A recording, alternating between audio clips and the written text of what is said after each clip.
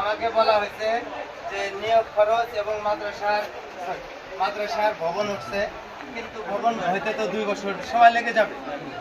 এই সময় পর্যন্ত ক্লাস তো আর করা যাবে না, মানে বন্ধ রাখা যাবে না।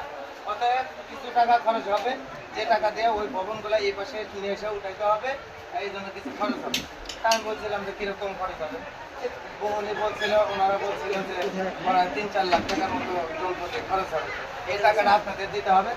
সভাপতি মহোদয় বলছিল যে আপনার একটু চা আমি আপনাদের হাত দিয়ে এই টাকাটা খরচ করা হবে, এই টাকাটা গচ্ছিত থাকবে, মানে নিয়োগ পারপাস যে টাকা খরচ হবে, বাদ বাকি টাকা একটি টাকাও আমরা আমাদের হাত দিয়ে খরচ করবো না।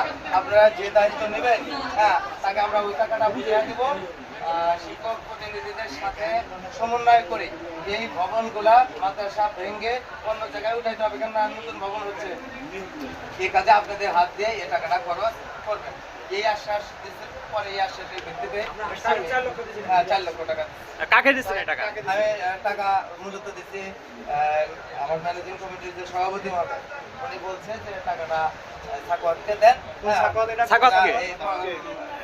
মানে সাবেক সুপার, এই মাদ্রাসার সাবেক সুপার, উনি এখন কি সেই মাদ্রাসার সুপার আছে? উনি মানে এই নিয়োগের প্রতিনিধির ব্যাপারে বিভিন্ন ব্যাপারে ডিল করতেছিলেন। কারণ আমাদের যে ভারপ্রাপ্ত মহোদয় উনি অসুস্থ ছিল, উনি বলছে যে আমি এই ব্যাপারগুলো এইভাবে তো করতে পারতেছি না, হ্যান্ডেল করতে পারতেছি না, আমি ওর সহযোগিতা চাইছি। হ্যাঁ, ও সহযোগিতা করতেছে। আচ্ছা, এটা একটা প্রশ্ন করি আমি, মানে সাকওয়াত মাওলানা যিনি, উনি কি আপনাদের মানে নিয়োগ প্রক্রিয়ার উনি কি মধ্যস্থতা করতো কিনা? না, এরকম কিছু করতো না।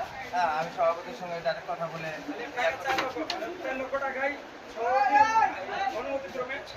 হ্যাঁ, সভাপতির সামনে 1 লাখ টাকা দিচ্ছি, হ্যাঁ, আর 3 লাখ টাকা আমি ওর কাছে